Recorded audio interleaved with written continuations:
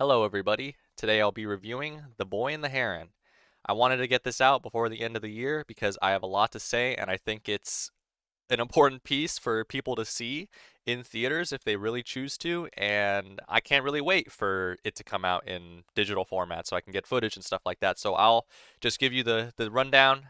I'll spoil the movie, of course, because it's important to understand a lot of the stuff and a lot of the ideas going on here, but this is essentially just go watch the movie, the review. All right? I'll tell you that straight up. So I'll just jump in. The Boy and the Heron is another great addition to the Ghibli catalog, and surprisingly, it says a lot about what Miyazaki still wants to explore artistically. This film, in particular, may even be his most mature film yet. In terms of content and presentation, that says a lot to me. I saw it in IMAX, and the presentation wasn't really accentuated through IMAX or anything in particular, so I think it's fine if you see it in whatever format you want. So if you were going to see this film, you could see it for regular viewing purposes, casual, don't have to have any clue about Miyazaki, any clue about Ghibli. It would have the same amount of impact no matter what. But I do think, as strong as Ghibli's visuals are, and this may look like a hot piece of animation from, our new animation director Takeshi Honda, I still think it's not impressive as Ponyo, where it's just so unbelievably gorgeous and jaw-dropping the entire way through. I just have such a huge bias. I'm sorry. I'm not gonna pretend like Honda wasn't on Ponyo, but clearly I just love Ponyo way too much to think anything else is better at this current time period. Maybe it'll grow on me, but at this point, I think the visuals are much more striking and powerful and emotional for me in Ponyo. There are a lot of moments in this film where the animation concepts are awesome, but frankly, I think it's only sparsely layered in the film in the key moments.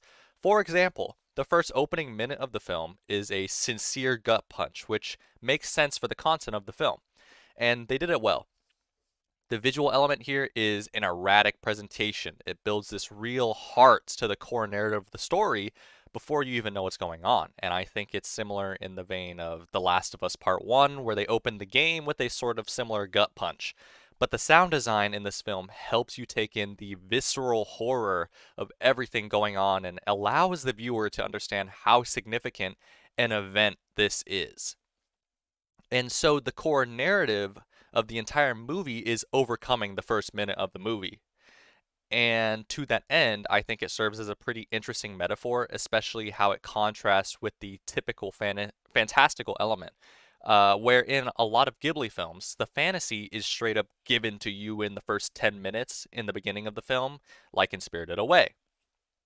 It doesn't take 45 minutes to introduce the fantastical element because Chihiro is already sort of dipping into this pretty early on, so you're accustomed to it for the rest of the movie. Whereas this film takes its time to introduce you to the human element that is going on after the events of the first minute of the film, so when eventually this kid Mahito is introduced to this new life ahead of him and is sort of exploring the different elements to life after his mother's passing, it's sort of non-phasing to him. My friend after the film described it as he's a lot more mature than we give him credit for. But frankly, the fact that he doesn't interact with anybody or give a lot of people a chance is the true essence of his immaturity, because his new mother that interacts with him, their first ever interaction, I should say, and I believe this person is the sister of his old mother who passed away in the first minute of the film, and his father just remarried his wife's sister, and that's what's going on here. So we have that. But essentially, he doesn't want to give her a new chance as his new mother because of some hidden attachment he's not making known. We in the audience know why he's closed off emotionally and how he harbors this idea of a true parental figure that he lost before. He doesn't want to disconnect from the idea of his mother being the primary source of parenthood and rejects the new. And to that end, his father doesn't have the most complex relationship with his son.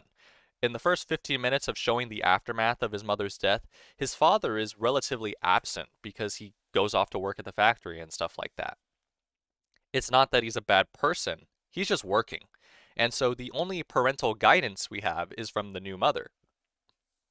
It's sort of an interesting dynamic where the kid has to express all of these compartmentalized emotions for us, the viewer, and it all culminates in a flashback at which he has to at which he only has when he settles into his new house, meets all these new people, and introduces a brand new setting for the viewer and himself. So, in summary, new life. And he has a dream slash flashback of his mother's death, and then he cries. It's an emotional moment in his life, and everyone sees why. And then to further this detachment from his new life, the next scene sort of poses the element of, why is my father doing this? Why is my father reintroducing these elements to me as if something awful didn't happen to us? Why is the question indeed? Because where is his father in all of this? Well, they pretty much set the stage for this question by having his father come back from work late at night, and the kid, who is like sort of hiding, is a voyeur to him coming back from work and sees him kissing his new mom, and he sort of rejects this idea. He doesn't feel outright disgusted by it or anything too serious, but you can feel that he's frustrated by this or just straight up conflicted with his emotions. At the root of this, it's a prospect of, why am I involved with all of this? My father has already moved on, whereas I haven't, so I can't possibly relate to what's going on here. And so he backs into his room and, literally and metaphorically locks himself away. To which the heron in all of this sort of acts like a scapegoat for him. Some reviewers have chalked this up to Miyazaki and flight motifs again, which I think is actually not true to a degree. I think it's a different direction for this film. The fantastical element of this film could have simply been him creating the scapegoat within the heron to just run away from the world he's found himself in and finds a new solace in that. But I think Miyazaki's already done this in pretty much every film. So I think he wanted to combine the rest of the cast and the fantastical element as well as or as well to basically show how it sort of exists within the adult world as well. In Totoro, the dad in that movie doesn't interact with any of the fantastical elements really. It's just that the children are having a swell time and he's just in the background somewhere. In this film, everybody is witnessing and everybody is aware of the fantastical element. But it's not until 45 minutes in the film about that the heron sort of breaks the reality mold and starts talking to our main character. That sort of shifts the entire core narrative, so now he has to find whatever he's looking for in this fantasy world, but it's still left ambiguous to the viewer as to what he desires from following around this heron or why he wants to attack it. As for the reasoning I could think of, I think he's attacking the heron because it represents some sort of anger he has. After all, the heron is sort of a manifestation of his mom in some way, or a manifestation of the ethereal beings that took away his mother. Because in the flashback he has when he cries and when he's sleeping, he pretty much sees his mother burning in the fire as some sort of ethereal event. She's blurred out almost, and to that end, she is a part of the fantastical element as well. She comes in later, but for now, he rejects the idea of the heron, but still wants to follow the heron in some sort of conflicting way. And he's totally aware of this, and it's even kind of schizophrenic. We see him build a bow and arrow to hunt down the heron for the sole purpose of doing harm to it. Some people have said the heron represents freedom of choice, but I thought it represented the lack of freedom to move on because the heron is just harassing this kid for 20 minutes and then just bugs the hell out of him all the way through. He drives him mad in the process and creates this feeling of cat and mouse. The soundtrack really helps this, and it's way more ominous and a bit more sinister than we're used to. It's unsettling almost. The Foley work on the heron is also really awesome. I distinctly remember this scene of the heron's feet clacking against the wooden roof, slowly driving our main character insane with how present this creature is at all times, which is why I think that it's a metaphor surrounding his mother's death just bothering the ever living hell out of him. He just can't get over it. This lasts about 20 minutes and then, you know, it's sort of just him exploring his environment, getting accustomed to the people. We even see him bartering with people living in the house for our viewing purposes. Some old guy teaches him how to sharpen a knife or do something. So there is genuine human connection going on here, establishing that our main character isn't a recluse or anything. He can meet new people and still communicate. That's kind of his character throughout the film as well. He has no problem meeting and communicating. He just chooses the specific people he wants which eventually leads us to the fantastical transition point, which pretty much leaves all reality in the dust. All that stuff that happened in the first part is pretty much never coming back.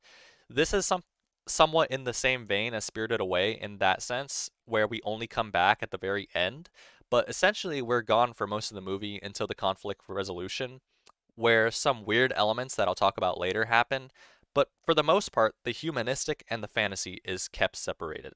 And this separation doesn't particularly mean anything significant. In Ponyo, for example, the world of the ocean's creatures and the land dwellers are both compelling walks of life. Their combination creates Earth in its entirety and helps form the crux of the big question for Ponyo as a character.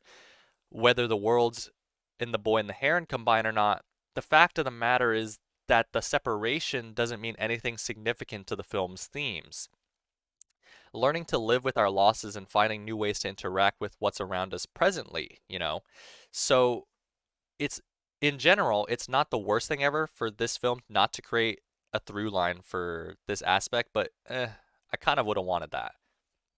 For the characters, there is genuine intrigue as a viewer, and for the characters to explore why everyone is so wary and scared of this spiritual tower. The mystique of what's going to happen is interesting, and they even provide us a crazy sequence where the main dude tracks down the heron, and the heron poses a question to him of whether he wants to see his mother again, and he's intrigued by this and almost gets taken by the magical creatures. This visual horror of him being consumed by a bunch of talking fish and frogs had my friend laughing, but I thought it was crazy as hell. So, two differing perspectives there. Then his mother saves him, or I guess his new mother, which leaves her in a bedridden state. Moments after this, she requests that the main character visit her and sort of embrace her as a parental figure, in the sense that he would visit her because he worries about her, even his father's like, go see your mother. She's asking about you. And then the old ladies are like, go see your mother. She's asking about you. So he finally goes and sees her, and he says maybe 4 words to her and then leaves. This move sort of brain rots her in a way, and it is killing her inside essentially because she's having a child with his father, and the rejection of this child is a metaphor of some sort. One idea is that since our main character doesn't want her, she doesn't want to have children of her own because it's an innocent rejection of her as a parent. It could also be related to her sister because it is her child after all, and the fact that a family member is outright rejecting her as family hurts. But to be fair, it is his stepmom. I've never had to deal with a new mother, so I can't really comment on the social acceptance of a new mother. But from what we see by the end of the film, accepting her is a big deal. And they officially use the terminology of mom to her character to denote how he's doted on her throughout the movie. My friend commented on this and said that it was completely normal not to call his new mother mom, like officially, or dote on her majorly. To which I said maybe it's a time period thing, and maybe it is, who knows? But I guess the labels are irrelevant, but they do hold something. So that's the catalyst for the fantastical element being introduced because now the new mother runs off into the woods, blah, blah, blah. Now we have set up for why he goes and enters the mystical world ahead of him. But is there a real reason as to why he's so ambitious toward this end? When he goes to save his new mother, it's not like he has the strongest conviction towards eliminating this heron. He seems to want to save his mother all of a sudden, and frankly, she's not done anything significant enough for him to be like, I have to save this woman. She saved my life, or something like that. There isn't much of an element other than she's my blood, and also I'm perplexed with this stupid heron. Ergo, I have to save her. And even the old lady that accompanies him to save her also poses this in a way. But I think that the weird part of it is just, why would he want to save her? I don't have any big theories for you because I just really can't tell you. So, whatever. I can accept that maybe he just wants to save her for some reason. I don't know it particularly, but we can ignore that and just go into what is the quest in general by introducing the fantastical elements. So, the heron transfigures a false mother for him, and it's unclear whether it's the new mother or the old mother, and he turns her around and sees his old mother. Long story short, the parallels they want to draw here is that they're essentially the same person, exemplified by him not knowing until he sees her up close. It's a cool scene, and it does clue us into the Heron being a pseudo antagonist until like 10 seconds later. He's comic relief. But besides that point, the big picture they want to present now is the MC is unsure of who his parental figure is, and so they use that scene to sort of bridge the gap to tell the viewer that there is no real answer right now. There are connections, but even he's unsure of what type of connections he's feeling. And because this is a jumping off point to explore this idea in the rest of the film, he gets to save his new mother, or he gets to save his new mother and find that purpose out. It stands to be a real problem that he has no reason to save his mother in light of the old one being such a real and powerful connection, especially because the startup for that scene is him recklessly willing to forgo the possibility of a trap just to see his real mother again. So, the first section of this film is interesting, and a large part of the reason why I say this is his most mature film is because of the elements here. But the act of Act 1 leaves you questioning the motivation behind the whole introduction of the new stuff. That's my main issue. The new part of the film, in general, is the most visually interesting material, and some of it is probably the most impressive work we've seen in a hot minute. This new section lasts about 40 minutes, and at times it can get artsy. The best way to describe it is that they play a lot with the visual intensity. The first scene that they start us with is this grassy coastline filled with pelicans, not typically what you would imagine an underworld thing to look like. They have the pelicans attack him in this menacing and overwhelming way, influencing him with lots of differing messages, and it's a similar scene to the one in the previous act with the frogs. Later, we see the pelicans have something to them, and their attacking a member of the living makes sense, at least to me, but we'll see that later. All in all, it's a very intense presentation that they're giving you, and to juxtapose this, they have one of our supporting characters introduced, which is just the old woman he came with at a younger age, and they introduce her as like a flamboyant tomboy girl, and she acts as an authority, not in a mother way, because she never coddles him. If you notice, she throws him into certain events or certain challenges, like help me take out the ship, help me chop up the fish, do this, do that. She's never allowing herself to do something for him. And in that sense, his actions are independent, even if she's demanding that he help her.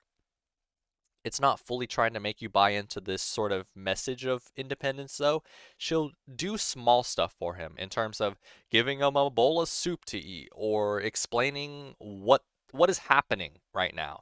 Truthfully, the nice part of her character is that despite being a short moment in the film, she is a great independent character on her own. She even has like an entire film of her own if you decided to make just another film about her.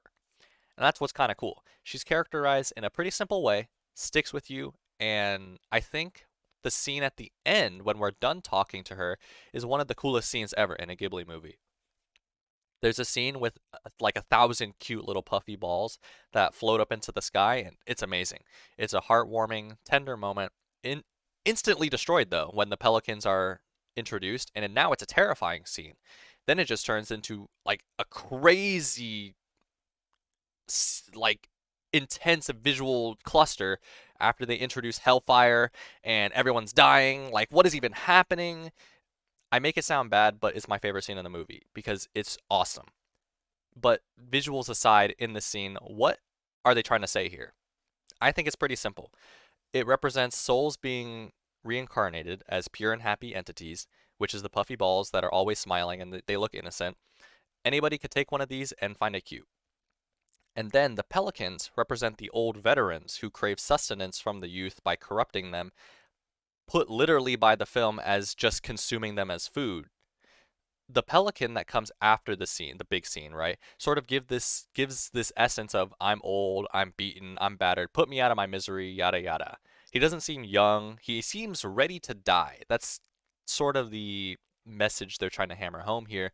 This gives me the impression that they are representative of these old beings corrupting the youth. In the film, they're forced to do these things against their will because it's all part of the plan or something. Maybe it signals how they were forced to engage in cruelty throughout their life, and so now it's all they know. Anyway, in this huge visual spectacle, we're forced to witness this cycle of taking life. Well, war. At least that's what I think's going on here. Miyazaki's always been introducing ideas of carnal desire, primitive instinct. Nausicaa of the Valley of the Wind is a great example of this. I think Kushana, the antagonist of the film, is given a similar characterization. Her real instinct is to bring about war to the world through her mechanization, industrialization. Long story short, ruin and death. In this film, it's nature rebelling against the circle of life. And it's presented in a much more subtle way than Nausicaa. Frankly, the fire that consumes both the entities, uh, it kills both the pelicans and the puffy souls. And I think that's the only part I'm confused about because I don't know what the fire represents here. I think it's just a cool visual to signify them both being destroyed by a different entity because fire usually represents rebirth or life, but in this instance, the fire is killing them both. So maybe the fire is just mankind's industrial complex. Industrialization kills everyone, maybe. That's my best guess. Outside of that, I don't know what he's trying to say because the fire is produced by his dead mother in her child form. So what is that trying to say? That his mother who died in a fire is a victim of industrialization and is now a physical manifestation of her death? Or is it because his mother, in his eyes, is so pure that any form she takes is meant to nurture purity? But if she's nurturing the pure innocent souls, she's all you see in the visual that she's killing both the pelicans and the innocent souls. So there's something bigger going on here with the fire, but maybe a smarter mind than myself should make a video on that. Or maybe I just need more time and perspective with the film, then I'll just do it myself, who knows. After this scene, he departs from the cool girl and moves on with the heron, who is now his buddy. The heron sort of acts like a comedic duo that exists to pretty much back the absurdity of the world that they're in, and because he's the only thing that links the fantastical and real world, I think they may have devolved his character a bit too much because of this new dialogue. It isn't as pronounced and intriguing as the first act, is what I'm saying. He also introduces a bit of expository plot stuff that I frankly didn't care about, i.e., he explains the parakeets. This is how stuff is, just accept it. That is essentially his purpose. It sucks that he just happens to be one of the best voice acting performances here, but what are you going to do? Speaking of these parakeets, they last a really long time. The introductory scene with them is pretty funny. They try to cook our main character, and their derpy designs are comedic the first time, but there isn't much to this. It's a funny scene. I remember the theater was laughing at the absurdity of the parakeets being so shockingly huge, and later, additionally, they poop everywhere, but that doesn't really offer a lot, especially for the rest of the film. They fill up a lot of the screen time, and there isn't any reason other than because they just are here. I didn't see any metaphorical purposes like the pelicans. And the literal reason they were here was because they were just birds, I guess, and they were sticking to the bird aesthetic. There's only one characterized parakeet out of all of them, and that's the king parakeet, and he comes at the final leg of the film, who also doesn't do much anyway. So in terms of fantasy fulfillment, these creatures leave a lot to be desired. I mean, they do the cooking gag twice.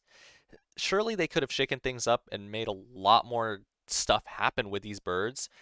Their only real difference in the wide scope of the setting is that they're colored in tropical fashion, which is just a cosmetic addition, really.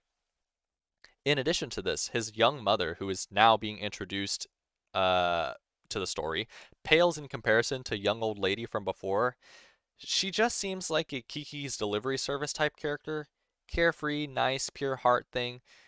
But I don't know if his old mother, or I guess real mother, offers a lot to the screen, really. Boil her character down to its rudiments, and really she just comes down to, I'm a good person. She's just a good person who wants to see other people be happy, and that's how they string this all up. The MC doesn't even realize that it's his mother outright, and it's kind of a letdown because they just edge us with some of this on the nose dialogue.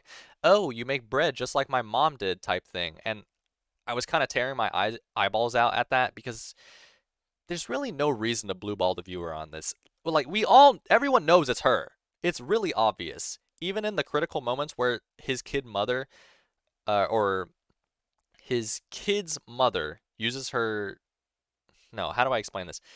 Just say just real mother, where the real mother uses her flame powers for random things. It's not really relevant or interesting to the subject matter. It feels like a really big wasted opportunity to not keep the young old lady character and just have her be his companion through this. It's also a missed opportunity in the sense that, Kitty Mother character is our only perception of his mother being a real like person. Our MC has flashbacks and remembers her as like an important figure in the first act, obviously, but we never meet her. So it's strange that our only introduction to her and our only characterization of her is when she's a kid.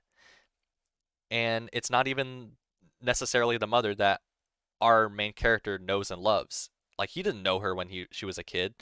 Her being introduced now as this carefree little girl isn't representative of who she was to our main character, and I think that's a core hole that is not being tackled effectively, in my opinion.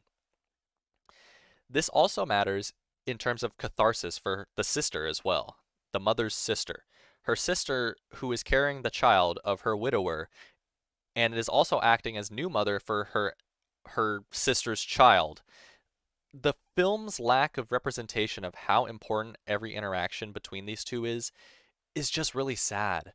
The fact that her sister has a chance to restore, or real mother has a chance to restore sister's faith in humanity and could bring her child into the world. And then the story doesn't particularly fulfill this with the addition of the mother as a supporting character is just a swing and a miss for me. The way they played this out, it's just MC that waddles on over to Sleeping Beauty's bedside because his mother doesn't want to see her sister. The sisters have a quick heart to heart at the very end of the film, but it's really too late and has negligible impact. At the very least, the visuals during Sleeping Beauty scene were pretty nice. The rush of talismans engulfing our main character creates another type of overwhelm variation like the pelican scene before and the frogs, but it's not really a powerful scene. Once again, I will mention that there isn't a lot of catharsis in him accepting his new mother, as there is just a severe lack of characterization between the two.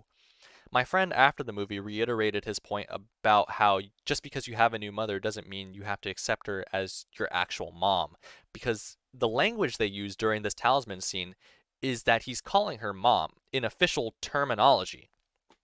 And so, to me, I wish the father, who is absent in most of these scenes, would get connection stuff, because it seems a bit rash to have this kid's entire arc slated on just one parent when his other parent, right, is totally alive and well. He's just somewhere else. By the looks of it, our main character just wants a parental figure in general. If his new mother is that person, then whatever. But my friend said it's just way too quick for a child to accept something like this, and it reinforces my earlier point about him being immature because he's just a kid. Maybe the fact that he accepts his new mom is also immature because he doesn't know what he wants, but either interpretation works the same way. It's meant to just be an emotional beat between these two people, but it fell flat to me and was just really abrupt. After this point, we move into the final core of the film, and it might be the most pretentious and artsy part. There are scenes here that Miyazaki would never do in a million years, but now he's doing it, which I think is interesting. Or I don't know if he's doing it, but since he's in charge of the storyboards, I guess he's like sort of doing it. An example of what I'm talking about is these white hallway scenes with the whole minimalism contrast.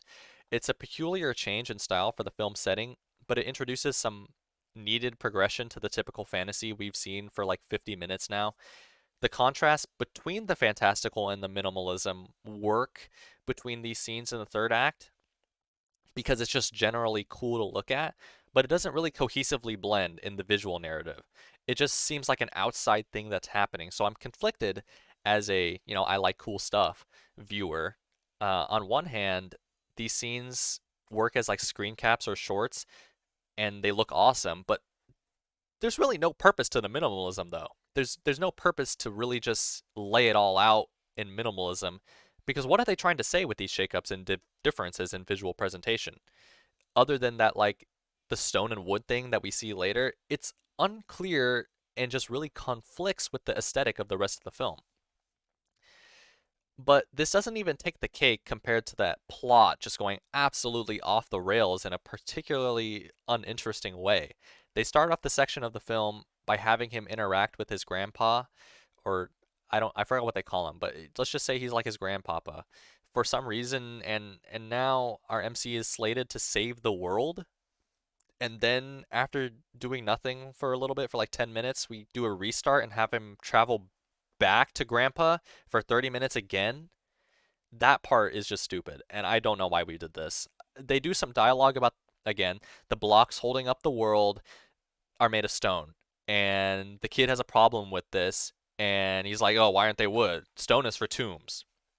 I didn't get that. That's their explanation for resetting him back to the bottom of the hill. Like, so yeah, this is annoying because we have to deal with the birds again and save his young mom, and I don't get it. This reset to the bottom really just sucks. It cuts the pacing immensely. I know because I'm saying this, I won't be invited to your next birthday party, Miyazaki, and I won't be getting a slice of the Thomas the Train cake, but let's not do this. The film's progression for some esoteric nonsense about saving the world from cruelty and thievery, I could go without it. I really could. What does the kid have to do with any of this? I mean, I'll explain it to you and you'll be the judge of whether this makes sense. Most importantly, why does the task of saving the world fall upon our main character's shoulders? It's not because of the traits he's earned through his adventure in the film. It's simply because he's related by blood to Grandpa, which has to be the most boring way to present this. It would have been downright ridiculous to present his task to just a random kid in general, even more accentuated by it having to be a blood relative. Throughout the film, he isn't built as a protector or an authoritative person. In fact, the person more attached to their ideals and structure is his mother, who is the fire that keeps life going, apparently, as shown by her involvement in the puffy ball scene. She is the person who gets those balls up to the new world. I find that to be a much more stable approach as compared to the one we got, but apparently her mother, or MC's mother, found herself in this fantasy world at one point and went missing in the real world for like a while. I guess that's narratively relevant, but it really makes no difference. They kind of brush over that pretty fast. Our main character isn't even a stable guy like himself. The beginning of the film is him literally running away from his problems and closing the door on new experiences. He doesn't explore what he's going through and instead just scapegoats it in random stuff, i.e., the heron. And so to me, it doesn't even ring true to his character as the main guy to be presented with an opportunity to do something like this. This choice being presented to him isn't even a compelling maturity moment for his character and leaves a lot to be desired. Some people have said that this scene signifies the passing of the torch to the next young master to take over his animation craft or something. They're talking about Miyazaki, like as if he's the old grandpa guy, which I honestly didn't even see at all. Watching this live had me thinking about how nonsensical the scale of all of this was. Not to say that Miyazaki is just way too complex for an average viewer, but this is why I say this part of the film leans on pretentious. There isn't a lot going on here, like pretty plainly. There's a lot going on subtextually. I just don't know what or how this holds any relevance to what the film is really building up to. This conflict of comprehension may come from the fact that Miyazaki is not even doing the animation department this time and is just working with the storyboards. I imagine he still does stuff with the animation, but I'm just going to say that be- perhaps some of these scenes and themes are not making sense uh, because I don't know. Maybe it's just not translating well to the animation department. I don't know. I just don't see a viewer breaking down these scenes and turning them into a major part of their life, mostly because apparently to him we live in a world of cruelty and thievery, and it just seems like a pseudo end of Evangelion where the main guy has to decide whether to stay in a world of pain and suffering amongst other people or live in a world free of turmoil and loss, yada yada, and then he can control everything. This film is essentially saying the same thing, and End of Ava does it better. The only way I could see the whole subtext of passing the torch would be a literal metaphor to his blood son Goro, where Miyazaki is the old man whose craft has left him so emotionally out of touch with what's compelling to his son, yet still feels that he's capable of doing great things for the world. But this also makes no sense because Miyazaki doesn't even like his son's work. If you watch 10 Years with Hayao Miyazaki, there's this really crazy scene where he walks out of his son's directorial debut, Tales from Earthsea, an hour in, drops criticism to the camera, and says he felt like he was in there for 3 hours.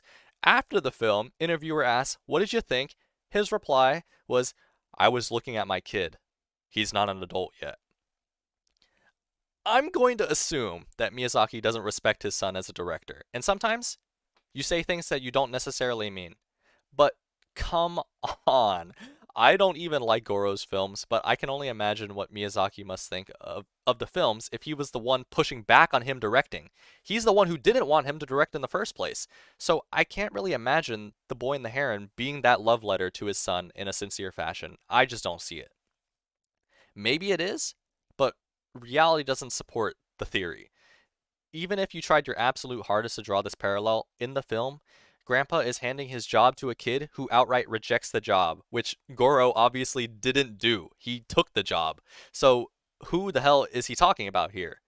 We may never know, but yes, I think this entire scene and sort of weird pivot for the narrative is just esoteric nonsense and is completely unnecessary and kills any momentum to the actual core themes of loss and acceptance, which, by the way, is immediately tackled in the aftermath of our main character rejecting the job and saving the world, or rejecting the job of saving the world. But why wouldn't we make that the climax instead? I don't know. For the final section of the film, the collapse of the fantasy world and returning to reality, I thought was pretty quick, effective. It's not the worst thing ever, considering Miyazaki's history with falling actions. Usually, the falling action takes its time and lasts like 15 to 30 minutes. I remember Princess Mononoke, same thing. Once the deer is introduced, that ending lasts 15 minutes. We're really doing nothing. This film wraps up pretty quick. There's not a lot to go over. We did it. He accepts his new mother as his new mother. He overcame loss, accepted the outcome. The core narrative of the story is complete. Boom, we're done. Then the film ends, really abruptly. It literally just cuts to blue, which, to be fair, I will not lie. My friend said, "What?" I did think it was a bit awkward, but at least we were out of there quickly. It's funny that watching a Miyazaki ending is a cat and mouse game in itself because I'm always wondering how long is he going to blue ball us this time. Even in Ponyo, my favorite anime film ever, them doing the "do you want to be a fish or human" for 15 minutes more with the old ladies is really kind of dull and is not one of my favorite scenes, but it's still watchable, obviously, but you know what I mean. I must sound conflicted by this point, but lest you forget, I talked about this film for quite a long time, and obviously I liked the film a lot more than I didn't like it. There's a lot of stuff to love in this film, especially the stuff that I'm not even passionate about. Obviously, if I was more well versed in sound design, I would have spoken at length at how awesome it sounds, but I'm not, so I won't speak to it. You can just take my word for it. The sound design is awesome. If you remember my video, every Ghibli film, I have watched every Ghibli film and given them a score, so keeping that spirit alive, I feel comfortable giving this film an 8 out of 10, so it joins the pantheon of great Ghibli films. I know, hot take, Ghibli, Ghibli has like maybe a few of those, you know? Maybe like at least one good film, guys.